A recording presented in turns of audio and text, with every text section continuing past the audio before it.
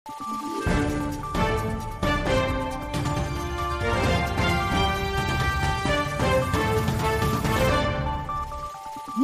araw, Pilipinas! Ito ang Valiente News hatid sa inyo ng Office of the Vice President. Pinarangalan ng tanggapan ng pangalawang Pangulo ang kanilang mga naging katuwang sa pagbabago, ang Million Learners Campaign na isa sa mga flagship program ni Inday Sara Duterte.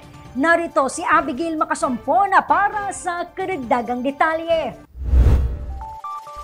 Bilang pagkilala sa mga katuwang ng tanggapan ng pangalawang Pangulo sa pagtataguyod ng mga programa para sa mga Pilipino, isinasagawa ang pasidungog kada taon.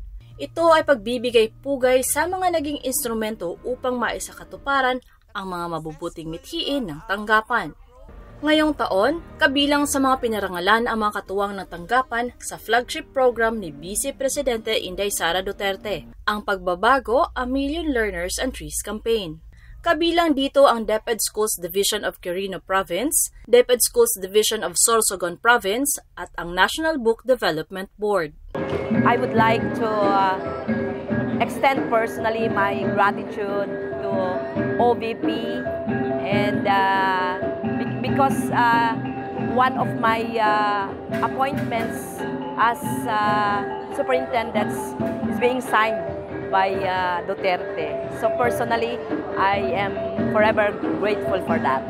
And secondly, we extend also our gratefulness to OVP, Honorable Sara Duterte, for always giving yourselves to the Filipino people, especially to the learners, wholeheartedly, with selfless service, everyone.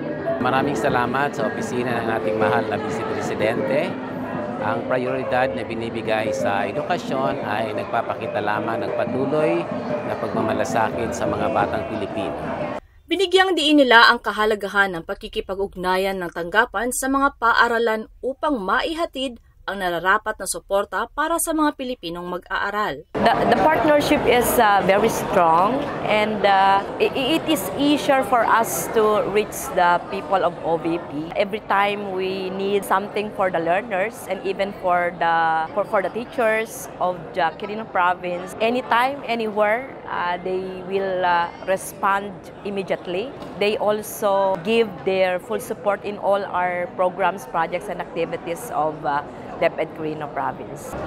This inspires the learners and also the teachers because partnership is something that will strengthen the collaboration, the engagement, and the commitment of everyone in moving forward for the betterment of the learners.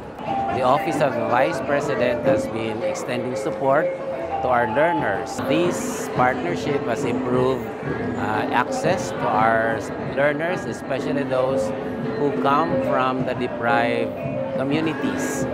They were given school supplies and other assistance from the Office of Vice President. Yes, of course, education is always a priority of any government, and we are grateful to the Office of the Vice President for extending support to the children, to the school children of the underprivileged communities, underserved, the deprived communities. So, thank you very much. Anila, sa pamamagitan ng pagbabago campaign, kahit papaano ay nakatutulong ang tanggapan upang maibsan ang problemang kinakaharap ng bawat pamilya pagdating sa pangangailangang pang-edukasyon. Nagbibigay inspirasyon din ito sa kabataan na pag-igihan pa ang kanilang pag-aaral. Providing support to the learners really compensate needed or the most important resources that the learners need. In more ways than one, the assistance from the Office of the Vice President has improved the access in the delivery of education. Ako si Abigail Macasampon, lahat para sa Diyos, bayan at pamilyang Pilipino. Valiente News. National Book Development Board binigyan ng pagkilala ng OVP sa pagsulong sa kahalagahan ng reading literacy. Yan at marami pang mga balita ang dapat abangan dito lamang sa Valiente News. Ako si Claudette Loreto para sa makabuluhan, naninindigan at matapang na mga ulat at impormasyon. Maraming salamat!